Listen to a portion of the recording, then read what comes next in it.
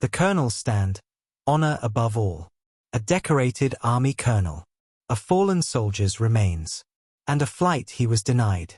What happened next shook the entire nation. A moment that would remind America of the true meaning of honor, duty, and the power of standing up for what's right. The arrival. Atlanta International Airport buzzed with its usual chaos. Families dragging overstuffed suitcases, business travelers glued to their phones, children weaving between legs of stressed parents. The overhead announcements blended into the ambient noise of one of America's busiest transit hubs. Among the sea of travelers, one figure stood apart. Colonel David Carter moved through the terminal with measured steps, his polished dress shoes clicking against the tile floor. At 48, Carter carried himself with the unmistakable bearing of a career military officer. Back straight, shoulders squared, eyes alert. His immaculate dress uniform, adorned with ribbons and medals earned over 25 years of service, caught the occasional glance from passers-by. Some nodded respectfully.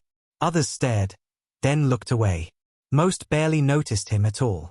Carter had been through this routine more times than he cared to remember.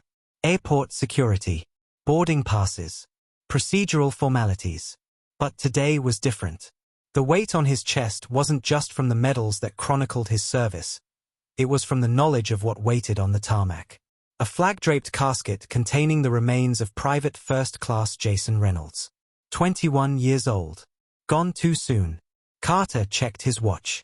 He had a tight schedule to keep. The family was waiting in Phoenix, and he had made a promise, not just to them, but to every soldier who puts on the uniform. No one gets left behind. Not in combat. Not in death. He approached the airline counter, setting down his military orders and ID with practiced precision. The documents were clear. Colonel David Carter, authorized military escort for the remains of PFC Jason Reynolds. Priority boarding on Flight 237 to Phoenix. The woman behind the desk, Sandra, according to her name tag, barely glanced up at first. Her fingers moved rapidly across the keyboard, her expression neutral. Just another passenger, another boarding pass. Then she paused. Her eyes narrowed slightly as she looked at the screen. She glanced up at Carter, then back at the screen. "Sir, can I see that again?" Her voice was tight, controlled. Carter handed over the papers once more, watching her closely. 25 years in the military had taught him to read people, and something in Sandra's demeanor had shifted. The flicker of hesitation. The sideways glance at her coworker. The slight tension in her shoulders. She turned away, whispering something to another agent. The second agent glanced over, his expression unreadable. Carter stood motionless, patient but alert. The moment stretched, thick with something Carter had seen before but never got used to. When Sandra returned, her smile was stiff, forced. "I'm sorry, sir, but there seems to be an issue with your ticket. We can't allow you to board at this time." Carter exhaled slowly. He had dealt with all kinds of situations, combat zones, foreign diplomacy, political entanglements, but this was different. "I'm escorting the remains of a fallen soldier," he said evenly, tapping the paperwork. "Everything is in order." Sandra didn't meet his eyes. "I understand, sir, but there's a security protocol in place, and we can't override it." Carter kept his voice steady. "Security protocol." "Yes, sir," she said, forcing another weak smile. "It's just policy." Carter didn't move, didn't flinch. "Policy? What policy?" Behind him, the line was growing. People shifted, murmuring. He felt their eyes on him, but instead of stepping aside, he squared his shoulders and stood firm. He wasn't leaving without an answer. But the airline staff wasn't backing down either. The confrontation. The air around the counter grew heavier. Conversations in the line behind Carter had started to quiet down as people took notice. A man in a crisp military uniform being denied his flight wasn't something you saw every day. Colonel Carter remained calm, his voice steady. I need to understand exactly what the issue is. This is a military assignment, not a personal trip. My documentation is valid." The agent hesitated again. Her eyes darted toward the other airline staff huddled near the back, whispering. A supervisor, a man in his mid-50s with a tired expression, finally stepped forward. He adjusted his name tag, then folded his arms as he glanced at Carter. "Sir, I apologize for the inconvenience," he started, his voice laced with that professional tone people used when they wanted you to stop asking questions. "But we have certain policies in place, and unfortunately, we can't override them at this time." That phrase again. Policies. Carter inhaled slowly through his nose. He had seen this before, just in a different setting. "I've flown with military escorts before," he said, keeping his frustration buried under years of discipline. "I know the procedure, and I know there's no policy stopping me from boarding. So let's be honest. What's the real reason I'm being denied?" The supervisor cleared his throat and shifted on his feet. "It's just an extra security measure. Nothing personal, sir. Nothing personal." That was rich. Carter tightened his jaw but didn't let the anger take over. He had been in too many rooms where people hid behind vague explanations like this. They were testing his patience, waiting for him to lose his temper, to give them a reason to call security. He wasn't going to give them that satisfaction. The people in line were watching now. A woman in a red blazer whispered something to her husband. A young man holding his boarding pass frowned, glancing at the airline employees like he was trying to make sense of what was happening. Then a voice cut through the tension. "Excuse me, do you have an issue with his military clearance?" Carter turned his head slightly. A man a few spots behind him in line had spoken up. He was older, maybe mid-60s, with a weathered face and a USMC hat pulled low over his brow. A Marine. A veteran. The supervisor looked uncomfortable. "No, sir. This isn't about clearance. We just have to follow standard protocol." The Marine let out a sharp breath. "Yeah, I've been through security 1,000 times, and I've never seen protocol stop a soldier from escorting one of our own home." He folded his arms. "So what is it?" More murmurs spread through the line. People started pulling out their phones. Recording. The shift in the air was palpable. The staff behind the counter could feel it too. The agent who had originally denied Carter stole a glance at her supervisor, looking unsure now. The supervisor sighed, rubbing a hand over his temple. He looked at Carter again, the weight of the moment settling in. "Let me check something," he muttered before walking off. The agent at the counter kept her gaze down, suddenly very interested in her computer screen. Carter didn't move. He stood tall, shoulders squared, staring straight ahead. He wasn't going anywhere. But neither was this story. The witnesses. The murmur in the terminal was no longer just background noise. It was focused, charged. People in line were no longer just waiting for their flights. They were watching, recording. The Marine who had spoken up earlier wasn't the only one who looked irritated. A middle-aged woman in a denim jacket, clutching her purse, shook her head and leaned toward her husband. "This isn't right," she muttered. "He's in uniform." A younger man in a hoodie pulled out his phone and started typing, his fingers moving fast. People were taking notice, and that was dangerous for the airline. Carter kept his expression unreadable, but inside, he was taking note of every detail. The supervisor hadn't returned yet, which meant one of two things. He was either scrambling for an excuse or waiting for this to die down. Neither was going to happen. Then a voice came from behind him. "Excuse me, sir?" Carter turned his head slightly. A young woman, no older than 25, was standing a few feet away, phone in hand, her eyes uncertain but determined. I don't mean to intrude, but I just want to make sure I understand. They're not letting you board." Her voice wasn't loud, but the way she said it, careful, deliberate, made people nearby pay even more attention. Carter exhaled, glancing at the agent behind the counter. "That's correct." The young woman blinked, as if she expected to hear a different answer. She hesitated for just a second, then nodded once and turned her phone screen toward him. "I'm live right now," she said. "People need to see this." And just like that, the floodgates opened. Another man held up his phone. "This is wrong," he said, shaking his head. This man is literally escorting a fallen soldier. A woman further back raised her voice. Hey, excuse me. She waved her hand toward the counter. Can someone explain why he's being denied? A few people shifted uncomfortably, clearly unsure whether they should get involved. But the energy in the room had changed. What started as quiet murmurs had grown into something bigger, something the airline staff could no longer ignore. The agent behind the counter looked like she wanted to shrink into the floor. Her hands were frozen over the keyboard, eyes flickering to the camera lenses pointed in her direction.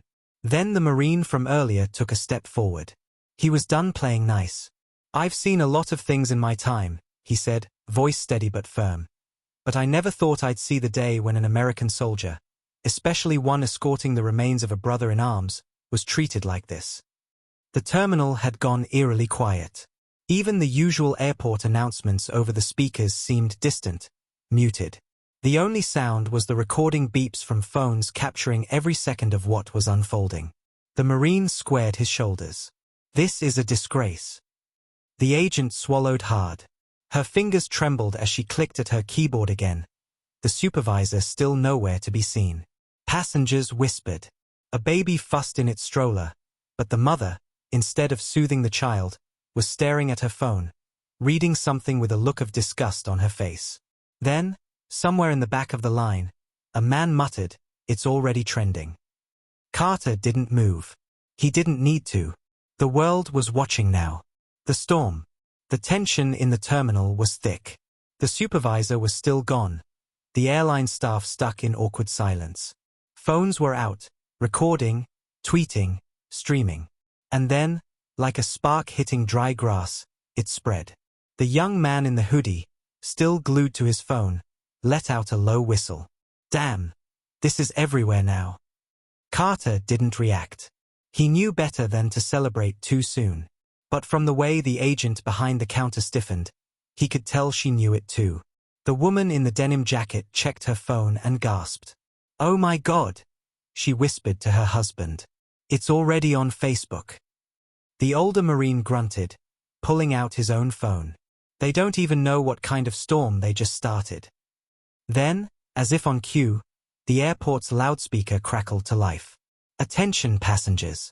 Due to unforeseen circumstances, Flight 237 to Phoenix will be delayed. We apologize for any inconvenience." A few groans rippled through the crowd, but most people weren't even paying attention. Their focus was here, on the uniformed soldier being refused a flight while carrying out his duty. A minute later, a young woman near the windows gasped. "He's on Twitter." She turned her screen toward the crowd, and people leaned in. A tweet written in bold capital letters. They just denied a black U.S. Army colonel his flight while escorting a fallen soldier's remains. This is how we treat our heroes. #LaThimfly. Underneath it, the numbers were climbing. Retweets. Comments. Likes. It was catching fire. Then another tweet popped up, this one from a veteran advocacy group. "We are aware of the disgraceful incident happening at airport name. Our soldiers deserve better. Expect action." The crowd murmured, the realization sinking in. The airline had officially lost control of the narrative. The agent behind the counter, still frozen in place, let out a shaky breath. She turned and hurried toward the back, disappearing behind a frosted glass door. She wasn't coming back with an answer. She was coming back with damage control. Carter adjusted his hat. He had been in situations like this before, not at an airport, not like this, but in places where powerful people suddenly realized they had made the wrong enemy. He wasn't smiling. He wasn't gloating. Because at the end of the day, this wasn't about him. It was about Private First Class Jason Reynolds, the young man waiting to go home. And right now, that mission was still incomplete. The reckoning. The crowd wasn't just watching anymore. They were waiting. The terminal felt different now, charged, expectant. Then the supervisor finally returned, but he wasn't alone. A second man walked beside him, this one in a sleek navy suit, his airline ID clipped neatly to his pocket. His walk was brisk, controlled, like someone used to putting out fires. He stopped just short of the counter, scanning the scene. His eyes darted between Carter, the Marine, and the rows of phones still recording. He cleared his throat. "Colonel, I apologize for the miscommunication. There seems to have been an error with our system, but we're working to get you on your flight as soon as possible." Miscommunication. Carter had been in the military long enough to know what that word really meant. It meant we got caught. It meant fix this before it costs us too much. He didn't respond right away. Instead, he let the moment hang, watching the airline representative shift slightly under the weight of the silence. "I see," Carter finally said, his voice measured. "An error, you said." "Yes, sir. A regrettable mistake. We assure you it was not intentional." A few people in the crowd scoffed. The Marine shook his head. The airline rep adjusted his tie, clearly uncomfortable. "We'd like to personally escort you to the gate now, Colonel. First-class accommodations, of course." First class. As if that was the point. Carter looked past the man toward the counter, where the agent still stood, looking anywhere but at him. The same agent who had smiled at him stiffly when she denied his flight. The same one who had never bothered to check before saying no. Carter exhaled slowly. "I appreciate the urgency," he said, "but I need to clarify something." The rep nodded quickly. "Of course." Carter's voice remained even. "If no one recorded this, if no one spoke up, would I still be standing here?" A beat of silence. The rep swallowed. "Sir, we—" "You don't need to answer," Carter interrupted. He already knew. Everyone in the terminal knew. Another moment of silence. Then a woman in the crowd murmured, "He's right." The rep tried to smooth over the tension again. "Sir, we sincerely apologize." "We both know this isn't about an apology," Carter said. "It's about accountability." The crowd murmured in agreement. People weren't just angry anymore. They were disappointed. The rep knew he was losing control. He straightened his posture, adopting a more authoritative stance. "Colonel, let's get you on your flight now." But before Carter could respond, a new voice cut in. "Sir." A younger man in an airport security uniform had appeared at the side of the counter. He held out a phone toward the airline rep, his expression tight. "I think you should see this." The rep frowned, taking the phone. He scrolled. His face paled. The Marine crossed his arms. "What? Something wrong?" The rep didn't answer, but Carter already knew. The Backlash had officially exploded beyond the airport. A major news outlet had picked up the story. The headline was blunt: U.S. Army Colonel denied flight while escorting fallen soldier. Airline scrambles for answers. Below it, a video clip played, footage from the terminal. The rep handed the phone back, inhaled sharply, and turned to Carter. "We deeply regret this situation." His voice was thinner now, forced. "We'd like to issue a public statement clarifying." Carter cut him off. "The public already knows the truth." Silence. The rep pressed his lips together. Carter looked at the crowd, at the phones still recording. He turned back to the rep. "I don't need first class. I don't need special treatment. I need respect. And so does the soldier I'm escorting." Another murmur ran through the crowd. The rep gave a stiff nod, as if that was all he could do now.